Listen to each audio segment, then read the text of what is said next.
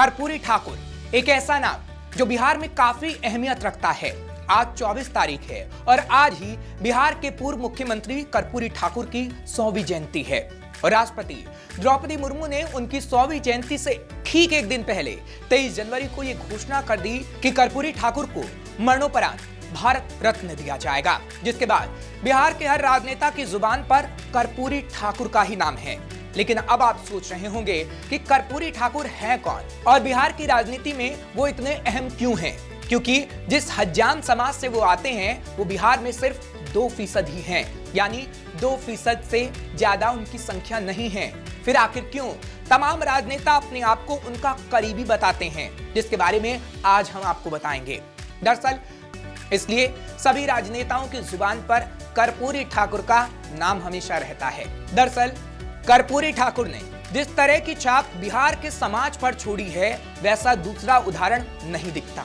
खास बात यह भी है कि वो बिहार के पहले गैर कांग्रेसी मुख्यमंत्री थे और 1967 में पहली बार उप मुख्यमंत्री बनने पर उन्होंने अंग्रेजी की अनिवार्यता को खत्म कर दिया था। इसके चलते उनकी आलोचना भी खूब हुई, लेकिन हकीकत यह है कि उन्होंने शिक्षा को आम लोगों तक पहुंचा दिया था। इसी दौरान उन्हें शिक्षा मंत्री का पद भी मिला हुआ था और उनकी कोशिशों के चलते ही मिशनरी स्कूलों ने हिंदी में पढ़ाना शुरू किया और आर्थिक तौर पर गरीब बच्चों की स्कूल फीस को माफ करने का काम भी कर्पूरी ठाकुर ने किया था। वो देश के पहले मुख्यमंत्री थे जिन्होंने अपने राज्य में मैट्रिक तक मुफ्त पढ़ाई की घोषणा कर दी थी। इतना ही नहीं, उनके कई बड़े फैसले रहे जो आज भी चर्चाओं में रहते हैं, जिसके बारे में हम आपको बता देते हैं। देश में पहली बार कर्पूरी ठाकुर ने ही ओबीसी आरक्षण दिया था। 1977 में मुख्यमंत्री बनने के बाद मुंगेरी लाल कमीशन लागू किया। इसके कारण पिछड़ों को नौकरियों में आरक्षण मिला। कर्पूरी ठाकुर देश के पहले मुख्यमंत्री रहे जिन्होंने अपने राज्य में मैट्रिक तक पढ़ाई मुफ्त कर दी थी। बिहार में उर्दू को दूसरी राजकीय भाषा का दर्जा दिया था। 1967 में पहली बार उप मुख्यमंत्री बनने पर अंग्रेजी की अनिवार्यता को खत्म कर दिया था। गैर लाभकारी जमीन पर मालगुजारी टैक्स को बंद कर दिया था। मुख्यमंत्री बनते ही कर्पूरी ठाकुर ने 4th क्लास वर्कर पर लिफ्ट का यूज ना करने पर रोक हटाई थी। वहीं बात अगर रोजगार को लेकर करें तो युवाओं को रोजगार देने के प्रति उनकी प्रतिबद्धता इतनी थी कि एक कैंप आयोजित कर 9000 से ज्यादा इंजीनियरों और डॉक्टरों को एक साथ कर्पूरी ठाकुर ने नौकरी दे दी थी। इतने बड़े पैमाने पर एक साथ राज्य में इसके बाद आज तक इंजीनियर और डॉक्टर बहाल नहीं हुए हैं।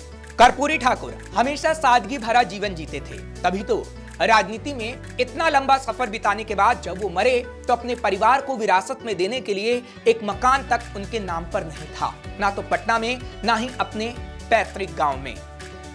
उनकी ईमानदारी के कई किस्से आज भी बिहार में आपको सुनने को मिल जाएंगे।